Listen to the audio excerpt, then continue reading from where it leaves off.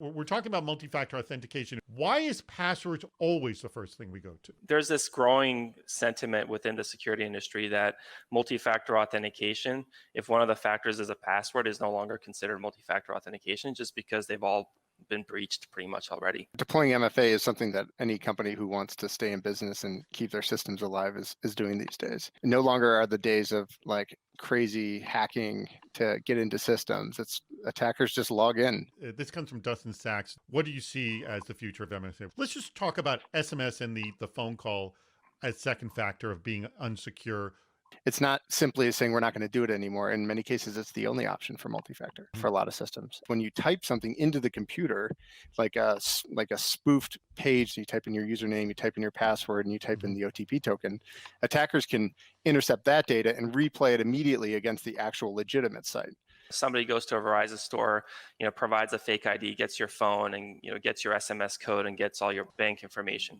That's a very high level of effort attack. These things are becoming automated, right? And that's where the problem is. This is a good question from Mike Wilkes with Security Scorecard. How serious is MFA fatigue? The ideal solution is to just use MFA and don't know you're doing MFA. Make it that easy. Until we do that, there's going to be this concept of fatigue forever. I want to go to this question from Chase Pettit. From a scale from Oscar to landfill, how garbage is the idea of MFA and other identity table stakes features being charged as extras for SaaS solutions? This is like the security tax. You're seeing security as a feature and basic security as a sellable feature. And I think it's like downright completely wrong. Organizations who want to be taken seriously in the enterprise and have solutions that'll get picked up by enterprise customers or even medium-sized businesses these days, they're going to need to offer this out of the gate, or else they're not going to be able to do business with any regulated business out there. It's terrible to see, and it goes against the grain of what we as security professionals, I mean, there should be somebody at these companies that works in security that just says, if we were charging for this, I'm just going to quit because it's unethical. Another question just came in. This from Ash Woodhall. What do you think about using an email-based magic link as a second factor? The tech has gotten convenient and easier to use, and I am always on the side of like, let's pick the thing that gets us where we want to be. But sending a magic link to an email address that was specified by an unknown actor or actors or people with access to that mailbox, you're just pushing the problem to a different place that could be of equal or even less security.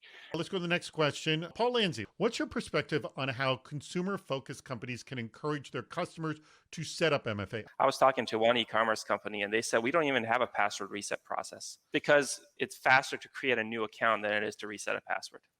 All right, we've got a lot of bad ideas here. You have to accept these horrible ideas. Change your dog's name every 60 seconds to allow for use as MFA. Why do you actually want to do this? This is a good idea because I typically name my dog like a 500 character series of letters and numbers and exclamation points. And I also don't like my dog in this scenario, so I keep changing his name just to confuse him.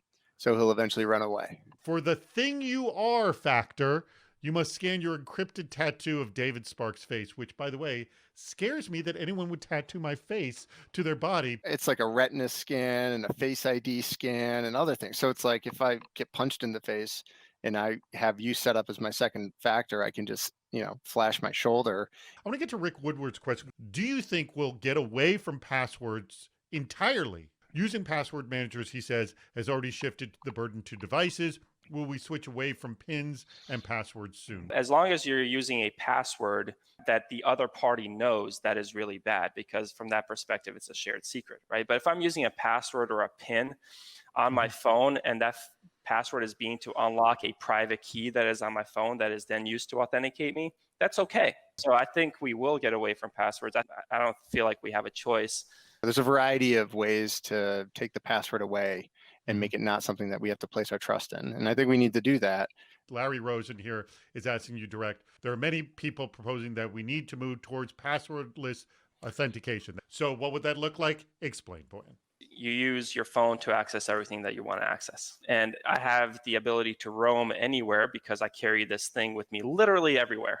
If your passwordless authentication takes longer than a password, then you chose the wrong solution or you chose the wrong technology because it's supposed to be easier. I think you got to start with what are the assets you care about the most and what are the controls and protections you're going to put around that asset to protect it from the threats it faces.